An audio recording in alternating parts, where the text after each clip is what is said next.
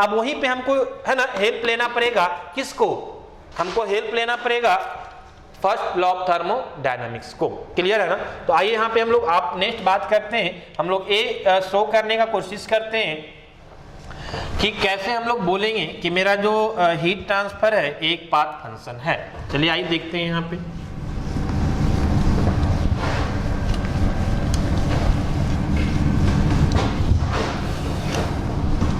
है ना, देखिए यहाँ पे हम क्या बोलने जा रहे हैं, हम आपको हेडिंग दे रहे हैं कि heat transfer as a path function, as a path function, है ना। हम आपको ये दिखाने जा रहे हैं कि हीट ट्रांसफर जो होता है वो एक पाथ फंक्शन की तरह होता है, पाथ फंक्शन होता है। समझिए यहाँ पे, ध्यान दीजिए, समझने का कोशिश कीजिए हम क्या बोलना चाह रहे हैं। सपोज है कि हम एक कोई डायग्राम ले रहे हैं, है ना, जिसपे जो है हम 2 पॉइंट ले रहे हैं। क्लियर है ना। देखिए मान लिया जाए कि एक प्रोसेस मेरा ए है, ए प्रोसेस जो है 1 to 2 है। क्लियर है ना,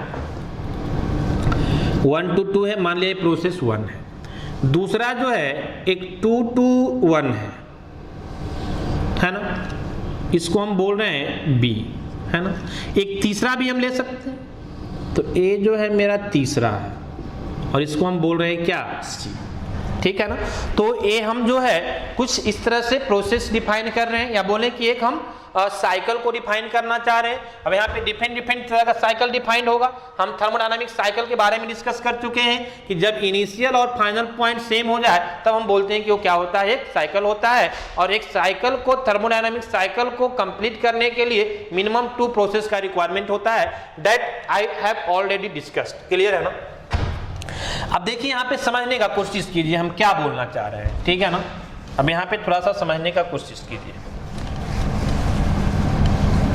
ठीक है, अभी फर्स्ट लॉ ऑफ थर्मोडायनेमिक्स हमको बता चुका है क्या, कि समेशन ऑफ हीट ट्रांसफर, हमको बता चुका है कि summation of heat transfer is equal to summation of work transfer. अभी हम स्टेटमेंट लिख चुके हैं किसका, फर्स्ट लॉ ऑफ थर्मोडायनामिक्स का। क्लियर है ना। चलिए आइए पहले इसको हम रिप्रेजेंट कर सकते हैं क्या। देखिए यहाँ पे एक चीज और समझिए, अभी हम रिप्रेजेंट करेंगे तो आपको रिप्रेजेंटेशन में थोड़ा सा कंफ्यूजन होगा कि जब हम डी हीट ट्रांसफर को रिप्रेजेंट करते हैं तो डी कट क्यू और वर्क ट्रांसफर को डी कट डब्ल्यू। यो इसलिए कि ये जो होता है एक पाथ फंक्शन होता है, ट्रांजिट एनर्जी ऑफ ट्रांजिशन होता है, और इसी कारण से है कि हम इसको इनएग्जैक्ट डिफरेंशियल बोलते हैं, इनएग्जैक्ट डिफरेंशियल बोलते हैं। ठीक है ना। और यही रीजन है कि इसको हम थोड़ा सा अलग वे में रिप्रेजेंट करते हैं, कुछ इस तरह से डी कट। ठीक है ना। तो कहने का मतलब ये रिप्रेजेंटेशन है जो ये शो करता है कि एक एनर्जी इन ट्रांजिट है और कैसा है, इन एग्जैक्ट डिफरेंशियल है, बस और कुछ नहीं है। क्लियर है ना। तो कहने का मतलब है कि दोनों को हम वर्क और हीट ट्रांसफर को दोनों को इस तरह से डिनोट करेंगे। चलिए आइए, अकॉर्डिंग टू दिस हम बोल सकते हैं, क्या बोल सकते हैं समझिए यहाँ पे। तो आप थोड़ा सा क्या होगा ना, स्किप करेगा माइंड से, आप ध्यान नहीं देंगे तो समझने में प्रॉब्लम होगा। हम यहाँ पे एक साइकिल की बात कर रहे हैं, क्योंकि ये कहाँ पे डिफाइंड होता है, फॉर अ साइकिल, है ना, for a close system undergoing a cycle. तो यहाँ पे अगर हम इसकी बात करें, क्लियर है ना, तो देखिए यहाँ पे हम रिप्रेजेंट करना चाह रहे हैं कुछ, हम बोलना चाह रहे हैं कि इसके through, first law of thermodynamics के थ्रू, कि ये साइकिल में जितना हीट ट्रांसफर होगा वो वर्क ट्रांसफर के बराबर होगा, है ना। तो हम लिखना चाह रहे हैं कुछ इस तरह, देखिए यहाँ पे कि डी क्यू, है ना, 1A2 प्रोसेस को पहले लिख रहे हैं, 1A2 plus heat transfer of 2B1, heat transfer of 2B1 is equal to, जो हीट ट्रांसफर होगा ये साइकिल के लिए किसके बराबर होगा, वर्क ट्रांसफर के बराबर होगा। तो अब इसका वर्क ट्रांसफर हम लिखना चाह रहे हैं, तो पहले ये प्रोसेस ए के लिए वर्क ट्रांसफर कैसे लिखेंगे, तो DW of 1A2 plus DW of 2B1। Clear है ना। इससे नो इसी कॉन्सेप्ट से हम लिख रहे हैं, और इसीलिए हम आपको बोले थे कि हीट ट्रांसफर को अच्छे से समझने के पहले हमको फर्स्ट लॉ ऑफ थर्मोडायनामिक्स का कॉन्सेप्ट जानना पड़ेगा, जो स्टेटमेंट है। क्लियर। चलिए आइए देखते हैं आगे। ये तो मेरा साइकिल हो गया पहला के लिए, पहला साइकिल हम किसके लिए ले रहे हैं, 1 8 2 1 है ना, ए साइकिल के लिए हम ले रहे हैं। अगर हम इस साइकिल बड़ा वाला साइकिल की बात करें तो क्या होगा, देखिए आइए यहाँ पे, तो हम इसके लिए फिर से लिख सकते हैं, यहां से स्टार्ट करेंगे। तो heat transfer of 182, heat transfer of dq 182 plus heat transfer of, अब हम किस में जाएंगे, हीट ट्रांसफर ऑफ बड़ा वाला साइकिल में, हीट ट्रांसफर ऑफ ए तो हो गया 2 वाला, सी वाला में आएंगे तो हो जाएगा कितना 2c1 is equal to, summation same होगा, तो that is work transfer of 182 plus work transfer of 2b1। Clear है ना, इसमें कोई डाउट नहीं होना चाहिए, है ना, नहीं तो फिर कंफ्यूजन होगा। हम फिर से आपको बता रहे हैं कि पहला हम इस साइकिल के लिए लिए थे, दूसरा हम बड़ा वाला साइकिल के लिए लिए हैं, और ये साइकिल के लिए बोलता है कि हीट ट्रांसफर वर्क ट्रांसफर के समेशन के बराबर होगा। क्लियर है ना, तो उसके थ्रू हम इसको प्रेजेंट कर दिए। क्लियर, चलिए आइए अब ये दोनों इक्वेशंस को हम सब्ट्रैक्ट करना चाहते हैं, माइनस करना चाहते हैं। तो जब दोनों को हम सब्ट्रैक्ट करेंगे, माइनस करेंगे, तो साइन कन्वेंशन ए एक्सचेंज हो जाएगा, प्लस माइनस हो जाएगा। यहाँ भी ये प्लस है तो माइनस हो जाएगा, और यहाँ भी प्लस है तो क्या हो जाएगा, माइनस हो जाएगा। क्लियर है ना। अब देखिए यहाँ पे dq182 dq182 ये दोनों क्या हो जाएगा, मेरा कैंसिल हो जाएगा। ए कैंसिल नहीं होगा क्योंकि ये हीट ट्रांसफर किसके लिए है, 2b1 के लिए है। ये किसके लिए है, ये मेरा 2b1 के लिए है, और ये किसके लिए है, 2c1 के लिए है। तो ये हम दोनों को अभी यहाँ पे कैंसिल नहीं करेंगे, ठीक है ना। चलिए आइए यहाँ पे ध्यान दीजिए, यहाँ पे dw ऑफ a12, यहाँ भी dw of a12, a plus sign a minus sign, तो ये भी मेरा क्या हो जाएगा, कैंसिल हो जाएगा। यहाँ पे भी क्या है, वर्क ट्रांसफर ऑफ 2b1 और वर्क ट्रांसफर ऑफ, है ना, यहाँ पे क्या होगा, नॉट 2b1, दिस इज पहला, ये आपका क्या हो जाएगा 2c1। क्लियर है ना, ये आपका बड़ा वाला साइकिल में ले रहे हैं ना, तो ये हो जाएगा आपका दैट इज 2c1। क्लियर है, दैट इज मिस्टेक। आइए देखिए यहाँ पे ध्यान दीजिए, फिर से हम आपको बात कर रहे हैं कि ए आपका वर्जन ऑफ 2b1 है, ए वर्जन ऑफ इसका है 2c1 है, और b अलग पाथ है, c अलग पाथ है। तो ये दोनों पाथ जो है ना, दोनों पाथ का वर्क ट्रांसफर सेम नहीं होगा, ये हम आपको पहले ही प्रूव कर चुके हैं। क्लियर है ना। चलिए आइए अब हम बात करते हैं कि मेरा बच क्या जाएगा, मेरा बच जाएगा dq ऑफ 2b1 और minus 2c1 is equal to dq of 2b1 और minus not dq, this is dw of 2b1 और minus dw of 2c1। Clear है ना। तो कहने का मतलब है कि ये एक आपका इक्वेशंस आया। अब देखिए थोड़ा सा ध्यान दीजिए, कॉन्सेप्ट को समझिए। अब यहाँ से यही आपका मेन यहाँ समझना है। अब यहाँ पे आपका कुछ पॉइंट है जो यू हैव टू अंडरस्टूड, है ना, you have to careful at that point, है ना।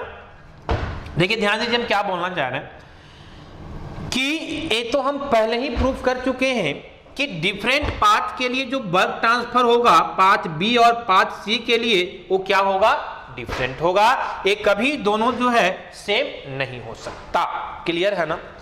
जब ये दोनों सेम नहीं हो सकता, ठीक है ना, तो ये दोनों का सब्ट्रैक्ट करने के बाद कभी जीरो वैल्यू नहीं आ सकता, है ना। समझिए क्या बोलना चाह रहे हैं कि अगर ये दोनों का वैल्यू सेम हो जाता तो ए वैल्यू क्या हो जाता, जीरो, और ए वैल्यू जीरो होता तो ए दोनों ए माइनस इधर आके प्लस हो जाता, तो ए वैल्यू और ए वैल्यू क्या हो जाता, सेम हो जाता। मतलब क्या कि heat transfer for 2b1, heat transfer for 2b1 मतलब पाथ बी का, और हीट ट्रांसफर 2c1 मतलब 2c1 पाथ सी का हीट ट्रांसफर दोनों क्या हो जाता, सेम हो जाता। लेकिन कब, जब आपका ए दोनों वैल्यू क्या आता, जीरो आता।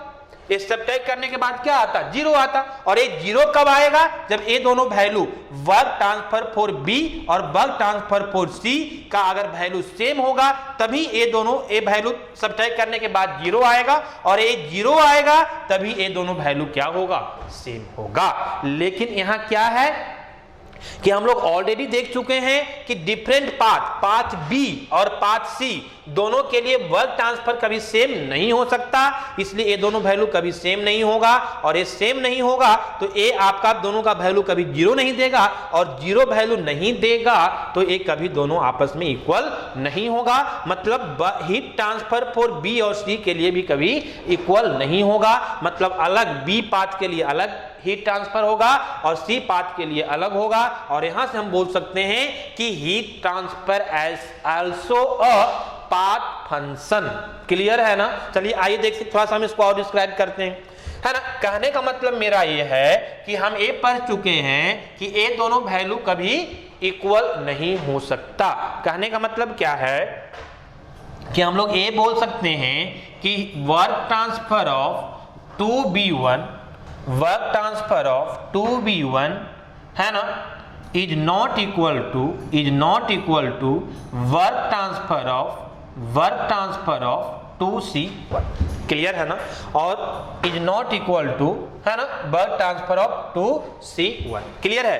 कभी भी ये दोनों इक्वल नहीं हो सकता, और अगर ये दोनों इक्वल नहीं हो सकता मतलब क्या कि dw of 2b1 minus dw of 2c1 एक कभी दोनों जीरो नहीं दे सकता। क्लियर है ना? और ए अगर दोनों वैल्यू जीरो नहीं दे सकता मतलब ए दोनों का माइनस कभी जीरो नहीं आ सकता। मतलब मीन्स आप क्या बोल सकते हो? आप ये बोल सकते हो है ना, by the help of this concept आप ये बोल सकते हो, इसके मतलब ये हुआ कि आपका dq of 2b1 minus dq of 2c1 is never be zero. Clear है? क्योंकि जीरो वैल्यू कौन आ रहा है, इसका सबट्रैक्ट, ये कभी जीरो नहीं हो सकता, मतलब ये दोनों माइनस कभी जीरो नहीं हो सकता। मतलब यहां से आप बोल सकते हैं कि dq of 2b1 is never equal to dq of 2c1। और यहीं पे तो हमको आना था, ये आपको शो कर दिया कि पाथ बी और पाथ सी का हीट ट्रांसफर कभी इक्वल नहीं हो सकता, और इसीलिए हम बोल सकते हैं कि हीट ट्रांसफर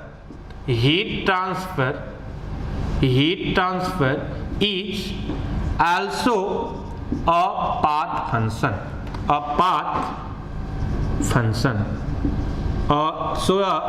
फंक्शन, है ना। It is not a property means it is not a point function। Clear है ना? तो कहने का मतलब है कि ये फाइनल हम यहाँ पे ये प्रूव कर दिए कि मेरा जो हीट ट्रांसफर है और मेरा जो वर्क ट्रांसफर है बोथ आर पाथ फंक्शन। हम इसके रिगार्डिंग कुछ पॉइंट्स है जो हम आपको डिस्कस कर देंगे, हम आपको लिखा देंगे, है ना। 3-4 पॉइंट है। जैसे पहला पॉइंट तो यही हो गया कि हीट ट्रांसफर और work transfer both our path function. दूसरा हम ये बोल सकते हैं कि ये दोनों जो है वो इनएग्जैक्ट डिफरेंशियल होता है। इनएग्जैक्ट का मतलब हम समझाए थे अभी, है ना। ये दोनों एग्जैक्ट डिफरेंशियल नहीं होगा, इनएग्जैक्ट डिफरेंशियल होगा, ठीक है ना। इसी तरह और भी 1-2 पॉइंट है जो हम आपको डिस्कस कर देंगे। क्लियर है ना? तो ये आपको ध्यान में रखिएगा, कभी ये पॉइंट फंक्शन नहीं हो सकता, कभी ये प्रॉपर्टी नहीं हो सकता, क्योंकि पॉइंट फंक्शन कौन होता है? प्रॉपर्टीज होता है, ठीक है। तो ये आपको सारा पॉइंट जो है ये हम यहाँ तक आपको डिस्कस किए, ठीक है। अब देखिए इसी में एक पॉइंट और जो आपको पढ़ना है हीट ट्रांसफर में, that is very very important. आप बहुत बेसिक स्कूल लेवल पे भी आप पढ़े होंगे कि जो हीट ट्रांसफर होता है उसमें एक पॉइंट हम लोग को पढ़ना होता है स्पेसिफिक हीट। किसके बारे में पढ़ना होता है? स्पेसिफिक हीट के बारे में। क्लियर है ना? तो ये स्पेसिफिक हीट क्या होता है, कहां से आता है, कैसे डिफाइंड होता है, हाउ इट इज डिफाइंड, है ना। And for gases this is there are 2 types of specific heat, a specific heat at constant pressure, a specific heat at constant volume, है ना। These all the things we have to study, है ना। तो तो इसको क्या है कि थोड़ा सा हम लोग डिटेल्स में डिस्कस करेंगे कि ये स्पेसिफिक हीट होता क्या है ना। तो हम थोड़ा सा आपको हिंट कर देते हैं कि स्पेसिफिक, हम आपको डिटेल्स में देखेंगे फिर सारा पॉइंट को। स्पेसिफिक हीट जो होता है वो कुछ इस तरह से डिफाइंड होता है कि यूनिट मास ऑफ सब्सटेंस को unit degree temperature difference, unit degree temperature rise करने के लिए जितना अमाउंट ऑफ हीट हम लोग सप्लाई करते